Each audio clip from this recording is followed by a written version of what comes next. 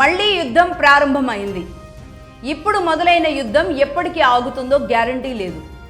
Corona సమయంలో ఎలా ప్రపంచ దేశాలు ఉక్కిరి బిక్కిరయ్యాయో అలాంటి పరిస్థితే రేపు మున్ముందు రాబోతుందా అంటే అవుననే సంకేతాలే కనబడుతున్నాయి. ఎందుకింత బలంగా చెబుతున్నానో దానికి సంబంధించిన వివరాలు ఇప్పుడు చెప్తాను. అదేంటంటే సరిగ్గా యుద్ధం మొదలైన దగ్గర నుంచి కొన్ని రోజుల తరువాత దాదాపుగా 41 రోజు తర్వాత ఒక బ్రేక్ అనేది వచ్చింది. ఆ బ్రేక్ ఏప్రిల్ 8కి వచ్చింది. అక్కడి నుంచి ఈ 15 రోజుల బ్రేక్ 8న రావడం, 10న చర్చలు కూర్చోవడం ఇస్లామాబాద్లో, 11వ తారీఖు వరకు ఒక రకంగా 21 గంటల పాటు చర్చలు జరగడం, ఆ తర్వాత ఇవి ఫ్రూట్ఫుల్గా సాగలేదు అని ఏకంగా అమెరికా ఉపాధ్యక్షుడు ఇస్లామాబాద్ నుంచి అనౌన్స్ చేయడం, ఆ తర్వాత ఆయన అమెరికాకి ఫ్లైట్ ఎక్కడం, ఇది జరిగింది. ఆ తర్వాత ఈ గ్యాప్లో అందరూ ఈ సండే నుంచి ఒక రకంగా సాటర్డే ఈ అనౌన్స్మెంట్ జరిగిన దగ్గర నుంచి ఈ రోజు వరకు అందరూ ఏం భావిస్తూ వచ్చారు అంటే ఇది రెండో దఫా చర్చలు ఏమన్నా సాగుతాయేమో మళ్ళీ, ఎందుకంటే 15 రోజుల వార్ గ్యాప్ ఎలాగో ఉండనే ఉంది కాబట్టి సెకండ్ టర్మ్లో మళ్ళీ వీళ్ళు సిట్టింగ్లో కూర్చుని మళ్ళీ ఈ చర్చలు ఇంకో టర్న్ తీసుకెళ్లేలాగా ఉంటారేమో, ఏదో ఒక దేశం కొన్ని విషయాల్లో ఏమైనా అటు ఇటు తగ్గుతుందేమో అని భావించారు. కానీ అలా జరగలేదు. ఏకంగా ఇస్లామాబాద్ నుంచి America vice president JD Vance, అలాగే జేడ్ కృష్ణర్, ట్రంప్ అల్లుడు, వీళ్ళిద్దరితో పాటు అమెరికా బృందం కొంతమంది ఉన్నారు కదా, వీళ్ళందరూ ఇక్కడ ఇస్లామాబాద్ నుంచి ఫ్లైట్ ఎక్కి అమెరికాకి వెళ్లారో లేదో సరిగ్గా 24 గంటలు కూడా గడవక ముందే ట్రంప్ ఒక అనౌన్స్మెంట్ చేశారు. అదేంటి అంటే ఒక రకంగా యుద్ధం ప్రారంభం అనే మాట అనకుండా హర్మూజ్ని మేము ఇప్పుడు బ్లాకేడ్ చేయబోతున్నామని చెప్పారు. అంటే యుద్ధం చేయబోతున్నామని చెప్పినట్టే. బ్లాకేడ్ చేయబోతున్నామంటే దిగ్బంధించబోతున్నాం.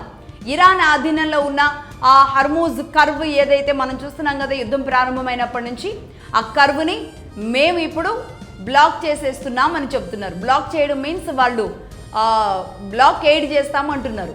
అంటే వాహన నౌకల్ని పంపించి అక్కడ తన ఆధీనంలోకి తెచ్చుకోవడానికి ఇరాన్ అక్కడికి వస్తే ఇరాన్ మీద కాల్పులు జరపడానికి ప్లాన్ వేస్తోంది అమెరికా. ఇది స్వయంగా అమెరికా అధ్యక్షుడు ట్రంప్ ప్రకటించడం జరిగింది. దీనికి ఇక్కడ ఇరాన్ కూడా ఏమి సిద్ధంగా లేదు. ఎందుకంటే అమెరికా నుంచి వస్తున్న నేవల్ ఫోర్స్ని ఏదైతే ఆల్రెడీ కొంత ఫోర్స్ ఆల్రెడీ దిగింది అక్కడ హర్మూజ్ మీదకి, అమెరికా నేవల్ ఫోర్స్ ఆల్రెడీ దిగడం జరిగింది.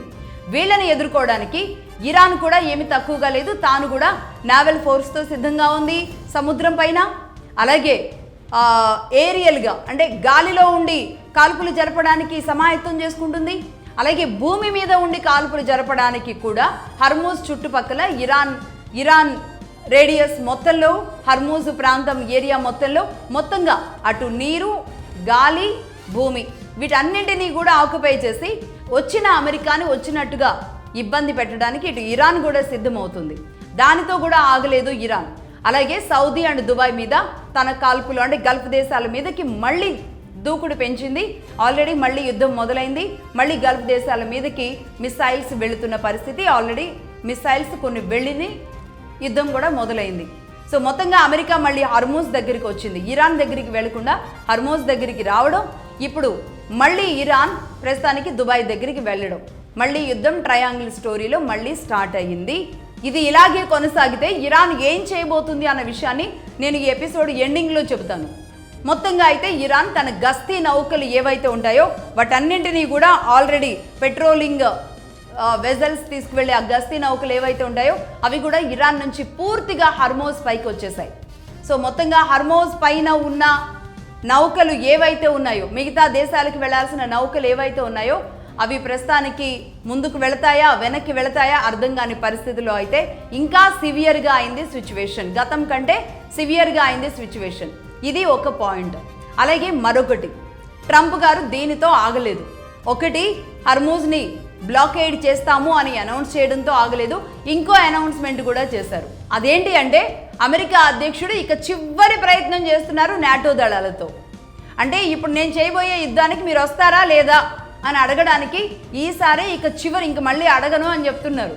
దానికి ఆయన నేను రిక్వెస్ట్ చేస్తున్నాను, అలాగే నేను దీన్ని ఆర్డర్ కూడా వేస్తున్నాను అని చెప్తున్నారు. అంటే నేను విన్నపం ఇస్తున్నాను, ఆజ్ఞ ఇస్తున్నాను అంటున్నారు.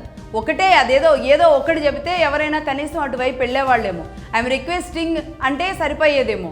బట్ నేను ఆర్డర్ వేస్తున్నాను అన్నారు చూసారా, దాంతో ఇంకా వీళ్ళకి ఒళ్ళు మండుతుంది. అంటే ప్రతిసారి ట్రంప్ ఇదే గొడవ తెచ్చుకుంటున్నారు, తన నోటితో వచ్చిన సమస్యలే ఇవన్నీ. అదేంటంటే అది ఆ రిక్వెస్ట్ ఏదో రిక్వెస్ట్ చేస్తున్నాను అంటే ఈ దేశాలు కొంత ఆలోచించినన్న ఆలోచించేవి. ఒకవేళ ఆలోచించకపోతే చివరి ప్రయత్నంగా అమెరికా అధ్యక్షుడు లాంటి వారే రిక్వెస్ట్ అని అడిగినా సరే ఈ దేశాలు వెళ్ళలేదు అని రేపు ఈ దేశాలు బ్లేమ్ అవ్వచ్చు. కానీ అలా కాకుండా this is final order and final request అని పెట్టారు కదా, సో ఈ ఆర్డర్ ఏదైతే ఉందో అదే వాళ్ళు ఫోకస్ చేస్తారు. సో నాటో దేశాలు ఆల్రెడీ మొహమాటం లేకుండా చెప్పేశాయి. బ్రిటన్ ప్రధాని ఆల్రెడీ మేము రాము అని చెప్పేశారు. రీసెంట్గా కూడా ఇది మీరు తెచ్చుకున్న యుద్ధం, మీ కష్టం ఏదో మీరే పడండి అని చెప్పేశారు. ఇక అలాగే ఫ్రాన్స్ ప్రెసిడెంట్ ఎలాగో ఆయన ఉన్నారు, ఆయన ఏమన్నారు, ఆయన ఆల్రెడీ పీకల దాకా కోపంగా ఉన్నారు. ఏమాత్రం అవకాశం ఉన్నా అసలు అమెరికా ఆధిపత్యాన్ని తగ్గించేసేయాలి, నాటోలో వీలైనంత వరకు అమెరికాని బయటికి పంపించాలని ఎదురు చూస్తున్న మొదటి నాటో దేశం ఏదైనా ఉందంటే అది ఫ్రాన్స్ అని చెప్పాలి. నిజానికి వీళ్ళిద్దరే బలమైన ఎలైస్ అమెరికాకి, ఎందుకంటే వీళ్ళే ఇక్కడ వీటోలో కూడా ఉన్న దేశాలు ఈ రెండు కూడా కాబట్టి. అలాగే అమెరికా తర్వాత next place Britain, next France, అంటే చైనా రష్యా ఉన్నప్పటికీ కూడా ఫ్రాన్స్ అనేది ఎలై దేశంగా చాలా స్ట్రాంగ్గా ఉండే దేశం. అలాంటి దేశాన్ని కూడా అనవసరంగా గొడవలు తెచ్చుకొని ఇబ్బందులు కొని తెచ్చుకున్నారు ట్రంప్. సో మొత్తంగా రెండో ఇష్యూ ఇది. ఈ రెండు దేశాలు రాము అంటున్నాయి, మిగతా దేశాలు సైలెంట్గా ఉన్నాయి. అంటే ఒక రకంగా సైలెంట్గా మౌనం అర్ధాంగీకారం అన్నట్టుగా మౌనంగా ఉండడం అంటే వస్తాము అని కాదు, ఇక్కడ రాము అని చెప్పడం ఒక రకంగా. ఇప్పుడు నాటోలో ఉన్న ఏ దేశాలు కూడా, వీళ్ళతో ఎలైలో ఉన్న ఏ దేశాలు కూడా ఇప్పుడు చివరిసారిగా ఇరాన్తో చేయబోయే యుద్ధానికి వచ్చేలాగా అయితే కనబడడం లేదు. సో మొత్తంగా రెండోసారి చివరి ప్రయత్నం, ఇక చివరి మెట్టుకు దిగొచ్చిన ట్రంప్కి నాటో నుంచి సపోర్ట్ వస్తుందా లేదో మరొక 24 గంటలు వెయిట్ చేస్తే కనుక ఏ దేశమైనా ముందుకు ఒక్క అడుగేస్తుందా అనేది అయితే చూడాలి. అంటే యూరప్లోని గల్ఫ్ దేశాలు, సౌదీ అండ్ ఇలాంటివి ఉన్నప్పటికీ కూడా అంటే దాన్ని నడిపించేదే నేను అని అమెరికా ఫీల్ అవుతుంది. బట్ మిగతా దేశాలు కూడా వచ్చినప్పుడే ఇక్కడ అమెరికా కాస్త నిలబడగలుగుతుంది. రైట్, ఇది పరిస్థితి ప్రస్తుతానికి నాటో దేశాలతో. ఇది ఈ రెండు విషయాలు కాకుండా అంటే ఒక రకంగా హర్మూజ్ని బ్లాక్ చేయడం, అలాగే రెండోది నాటోని రిక్వెస్ట్ చేయడం, ఈ రెండు విషయాలు కాకుండా ఇంకొక 3 అత్యంత కీలకమైన విషయాలు ఉన్నాయి. అవేంటి అంటే ఏకంగా చైనాకి ట్రంప్ వార్నింగ్ ఇచ్చారు. యుద్ధం మొదలైన తర్వాత రీసెంట్గా అంటే ఇది క్లోజ్ అవ్వడానికి ముందు రష్యాకి వార్నింగ్ ఇవ్వడం జరిగింది. చైనానైతే ఇప్పటివరకు ఏం అనలేదు, అంటే ఇండైరెక్ట్గా అంటూ వచ్చారు చైనాని. కానీ ఇప్పుడు డైరెక్ట్గానే చైనాకి వార్నింగ్ ఇచ్చారు. అదేమంటే ఇరాన్ని టెక్నికల్గా వెనకుండి నడిపిస్తున్నది మీరే, వెపన్స్ రూపంలో సపోర్ట్ ఇస్తున్నది చైనానే. కాబట్టి వీళ్ళు ఫైనాన్షియల్గా, టెక్నికల్గా, అలాగే అన్ని రకాలుగా సపోర్ట్ ఇస్తున్న చైనా ఒక రకంగా ఒళ్ళు దగ్గర పెట్టుకోవాలి అన్నట్టుగా వార్నింగ్ ఇచ్చారు. ఈ వార్నింగ్ సారాంశం చూస్తే కనుక అదర్వైజ్ ఏం చేస్తామంటున్నారు అంటే చైనా ఐటమ్స్ ఏవైతే ఉన్నాయో చైనా మార్కెట్కి 50% టారిఫ్స్ వేస్తామంటున్నారు. ఇప్పుడు మొన్నటిదాకా భారతదేశంలో టారిఫ్ అనగానే చూసారా, అమెరికాలో టారిఫ్ పడింది మోడీకి పడింది, భారత్కు పడింది కాదు. మన ఎర్ర జర్నలిస్టులు, మన ఇక్కడ ఉన్న వాళ్ళు మాట్లాడుతూ ఉంటారు కదా, ఎప్పుడు ఎక్కడ ఏదో ఒకటి మాట్లాడాలి కాబట్టి వీళ్ళందరూ మాట్లాడారు కదా. ఇప్పుడు 50% టారిఫ్ వేస్తాము అని సేమ్ చైనాకి ఇదే ట్రంప్ మాట్లాడారు. అంటే ఇక్కడ అర్థం అవ్వాలి, మాట్లాడితే ఎవరితో మాట్లాడినా మార్కెట్ మా దగ్గర ఉంది కాబట్టి టారిఫ్స్ వేసేస్తాం. ఇదే చిన్నపిల్లల ఆటలాగా ఆడుతున్నారు ప్రస్తుతానికి. ఒక అతి పెద్ద దేశాధినేత అని చెప్పుకుంటున్న అమెరికా దేశాధినేత మిగతా దేశాధినేతలతో ఆడుతున్న చిన్నపిల్లల ఆట ఇది. 50% టారిఫ్స్ వేస్తాము అంటే నిజంగా ఇది అమెరికా మార్కెట్ తెలిసిన వాళ్ళందరికీ అర్థమవుతుంది, ఇది అసాధ్యం, ఇది జరిగే పని కాదు. చైనా మీదో లేదా భారత్ మీదో ఆయన 50% టారిఫ్ వేస్తాం, ఇంకో టారిఫ్ వేస్తామంటే అక్కడ దెబ్బ ఏది అమెరికానే. అంటే ఇక్కడ తక్కువ రేటుకి ఏదైతే మార్కెట్ రూపంలో కొంటారో అది క్లాత్స్ కానీ వస్తువులు కానీ ఏదైనా సరే తక్కువ మార్కెట్లో తీసుకుని అక్కడ ఎక్కువకి అమెరికా సేల్ చేసుకుంటుంది. ఒక రకంగా మధ్యవర్తిత్వం, మీడియేటర్గా చేస్తుందన్నమాట. అంటే మార్జిన్ పెట్టుకొని అమ్ముకునే లాంటి మార్కెటే అమెరికా చేస్తుంది నిజానికి. ఈ మార్కెట్ ఒకవేళ మనం ఇవ్వడం ఆపేస్తే ఖచ్చితంగా అమెరికాకి దెబ్బ అవుతుంది, అది భారత్ కానీ చైనా కానీ. ఇంకా చైనా విషయంలో ఇంకా దుర్మార్గమే అవుతుంది. నిజానికి చైనా లేకపోతే అమెరికా మార్కెటే లేదు. డైరెక్ట్గా చెప్పాలంటే చైనా లేదు అంటే అమెరికా మార్కెటే లేదు. అడుగడుగున దాదాపుగా 80% మొత్తం అమెరికాని ఆక్యుపై చేసింది చైనా మార్కెటే. దాంతోపాటుగా అంటే నిజం చెప్పాలి అంటే ఇంకా ఏ స్థాయిలో ఆక్యుపై చేసిందో చెప్పాలంటే వాళ్ళ అమెరికా ఎగరేసే జెండా ఏదైతే ఉంటుందో ఆ జెండా కూడా చైనా నుంచే వస్తుంది. చైనా మార్కెట్ లేదు అంటే అమెరికా జెండా లేదు అని చెప్పేయచ్చు నిజానికి.